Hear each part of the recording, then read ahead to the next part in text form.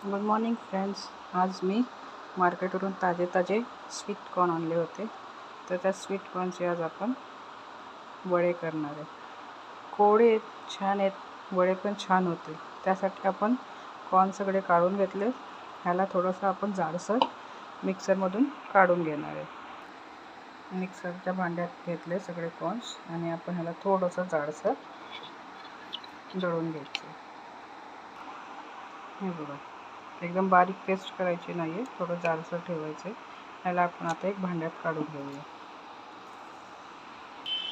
आता ह्यात आपण काही बेसिक मसाले ॲड करणार आहे. थोडीशी हळद, मिरची पावडर,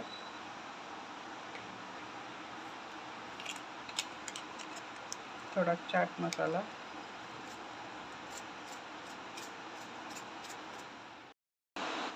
चवीनुसार मीठ,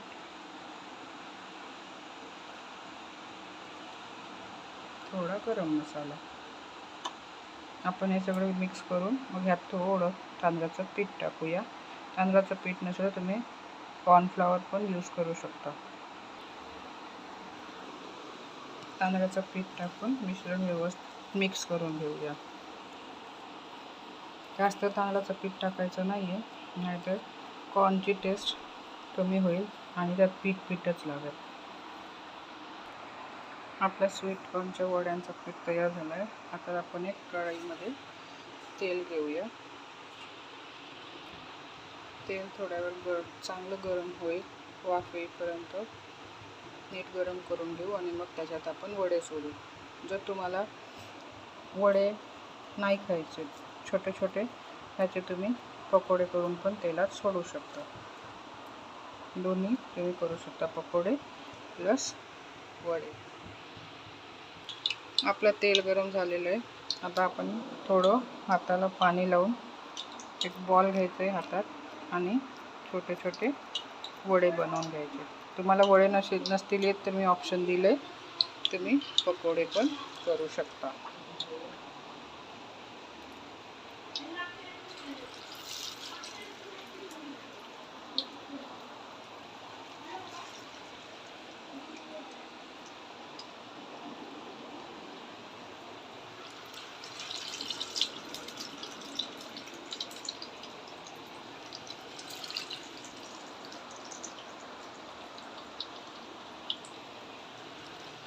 जेवढे कढईमध्ये बसतात तेवढे आपण कढईत वडे सोडून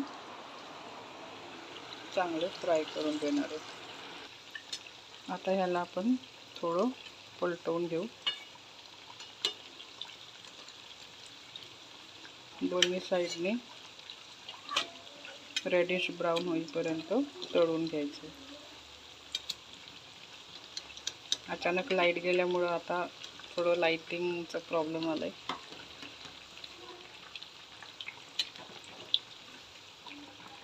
हे आपण सगळे वडे पलटून घेतलेत.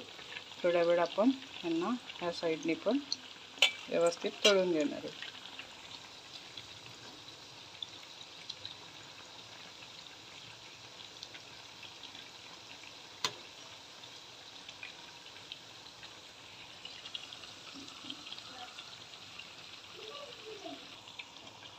याच्यात तुम्हाला कांदा आवडत असेल तर तुम्ही कांदा पण टाकू शकता. माझ्याकडे आता कोथिंबीर अवेलेबल नव्हती, पण इथं कोथिंबीर पण टाकून, गाजर तुम्ही टाकू शकता थोडं किसून.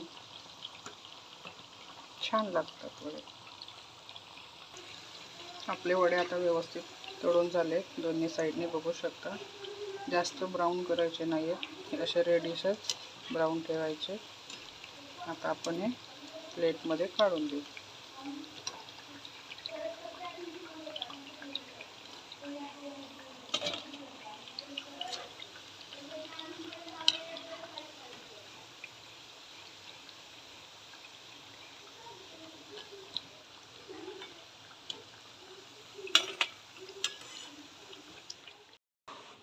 आपले वडे तयार झालेत.